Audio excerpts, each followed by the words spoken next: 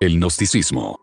Muy buenas tardes, les saluda Emi del Rey, reportándome con un nuevo informe. Hoy vamos a hablar de un tema que considero yo es bastante interesante y extenso, el gnosticismo. Esta investigación me costó bastante ya que realmente no sabía un de gnosticismo, pero veamos el lado positivo, así aprendemos al mismo tiempo mientras disfruto la tarea de editar este video. Pero tan siquiera denme un buen like, no sean ojetes. Antes de empezar y como siempre, me gustaría invitarte a suscribirte si es que estos temas son de tu agrado. Subo contenido casi todos los días hablando de temas muy interesantes. Ahora sí, sin más, vayan a su cocina por algo insalubre para tragar y comencemos con el tema de hoy. XD. La cosmología del gnosticismo presenta un universo dualista en el que el mundo material es visto como una creación defectuosa y el objetivo espiritual es alcanzar la gnosis para liberarse de esta realidad y regresar al reino espiritual superior. La cosmología del gnosticismo es compleja y variada,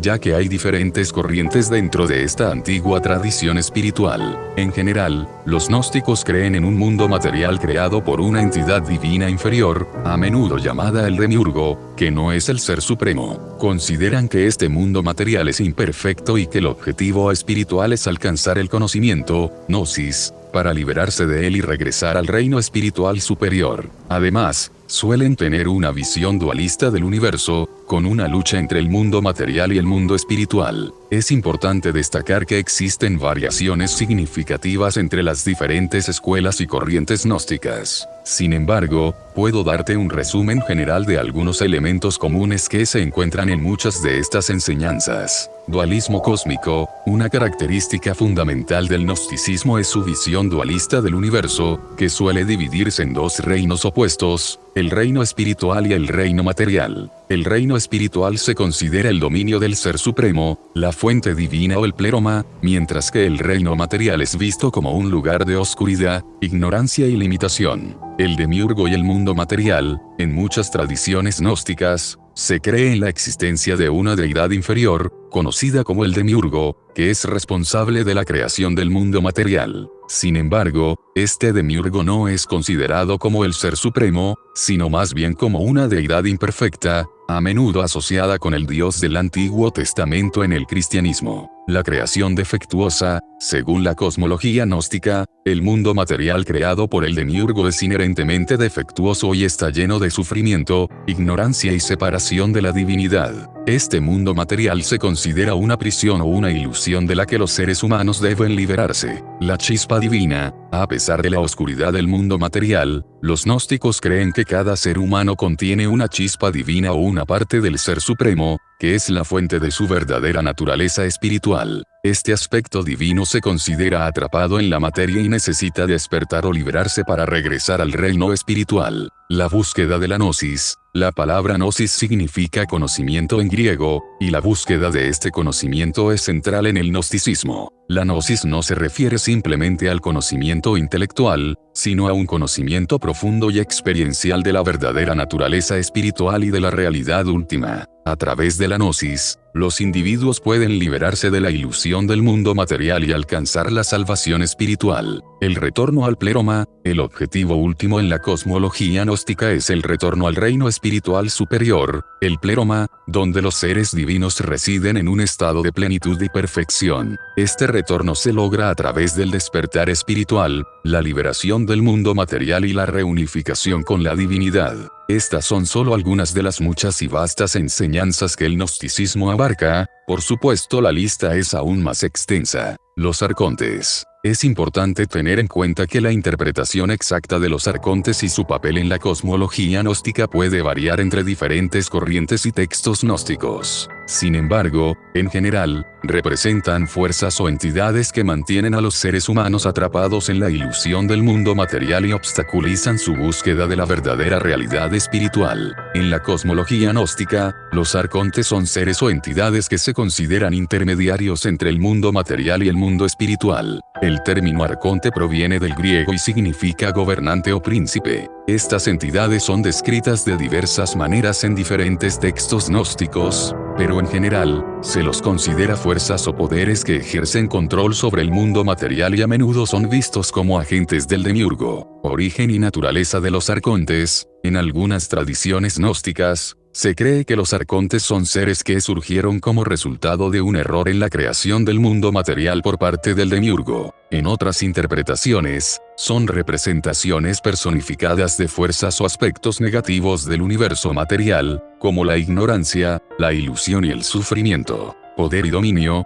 los arcontes se consideran gobernantes o regentes del mundo material, encargados de mantener a los seres humanos atrapados en la ilusión y en la esclavitud del mundo material. Ejercen su poder a través de engaños, manipulaciones y obstáculos que impiden que los individuos alcancen la verdadera gnosis y se liberen de la prisión del mundo material. Influencia sobre la humanidad. Según la cosmología gnóstica, los arcontes tienen una influencia directa sobre la humanidad, influyendo en sus pensamientos, emociones y acciones. Se cree que manipulan y controlan a los seres humanos, manteniéndolos en un estado de ignorancia y separación de la divinidad. Desafío espiritual. En el camino hacia la gnosis y la liberación espiritual, los arcontes representan un desafío significativo para los buscadores gnósticos. Se ven como obstáculos que deben ser superados o trascendidos en el viaje hacia la iluminación espiritual y la liberación del mundo material. Estas son solo algunas características que destacan a los arcontes según la cosmología gnóstica. El demiurgo. El demiurgo es una figura central que se considera responsable de la creación del mundo material.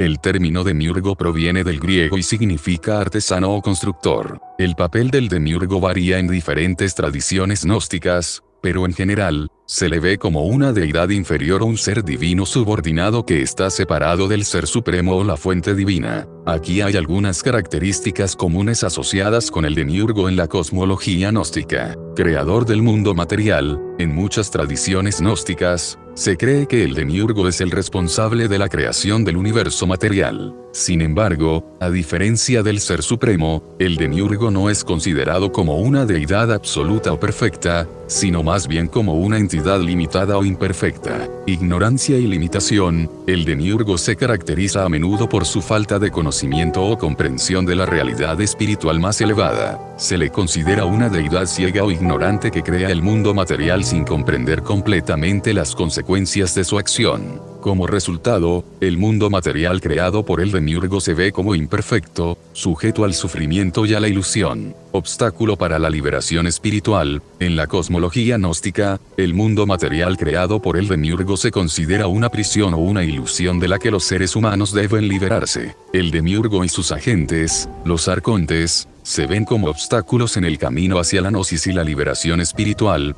ya que mantienen a los individuos atrapados en la ignorancia y en la separación de la divinidad.